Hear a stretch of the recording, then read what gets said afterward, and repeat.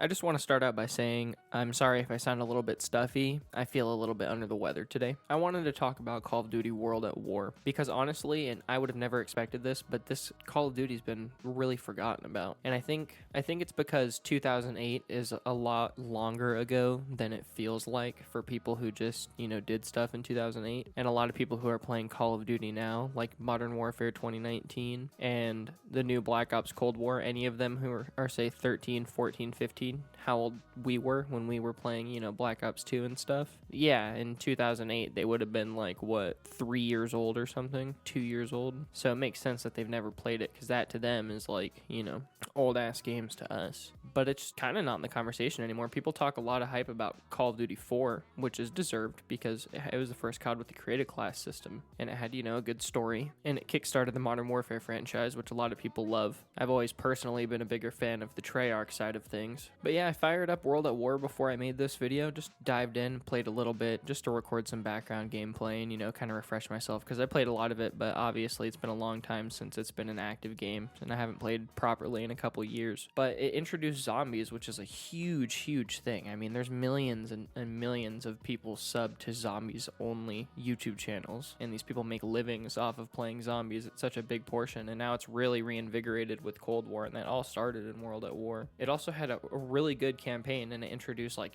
Reznov and the whole Black Ops storyline. It's kind of left out when people talk about the Black Ops storyline, but Reznov's a great character in there, and he's actually alive in it, so it's kind of cool. Plus, it's a World War II game, and there's not much of those these days. There used to be a lot. When I was playing just a few minutes ago, it actually surprised me a lot how similar the theme, not necessarily the theme, but the feeling of the campaign was to Black Ops. And back in Black Ops 2 and even Advanced Warfare times, when I would go back and play World at War and Black Ops 1, they seemed like so different. Black Ops seemed so much newer and nicer, and World at War seemed archaic and old. But now that it's been 10 years since Black Ops and 12, 13 since World at War, that difference is not as great compared to these new games. So going back to play it, and it actually felt really fucking similar to Black Ops, which surprised me. I also don't know if it's enhanced. I was playing backwards compatible on the Xbox One X, but it looked pretty fucking good. I was surprised. The textures were pretty high res. Everything looked pretty nice, and obviously it ran well because it's like 6 gigabytes. The multiplayer was pretty good too. This is one thing, I mean, I'll say that it's not as good as COD 4 multiplayer. Like, I think that's fair to say. COD 4 multiplayer, honestly, going back to play, it still feels really tight and modern, and World at War multiplayer feels a little bit dated, and I think it was bogged down by a little bit of genuinely poor design. You shouldn't have had tanks. The maps were a bit large. It didn't encourage very much close range gameplay. Some machine guns weren't very useful on many of the maps. Actually, speaking of maps, it had a pretty good selection. I can't name too many of them off the top of my head just because it's been so long. I can't even name that many Black Ops 2 maps, and I had like 30 days of playtime on that game. Sorry again for how stuffy I am. I could tell that I sound sick as hell. But the multiplayer was still good. It felt good. It has that kind of Treyarch feeling. It had some decent kill streaks. There was a genuinely good map selection. It just paved the way for greater things,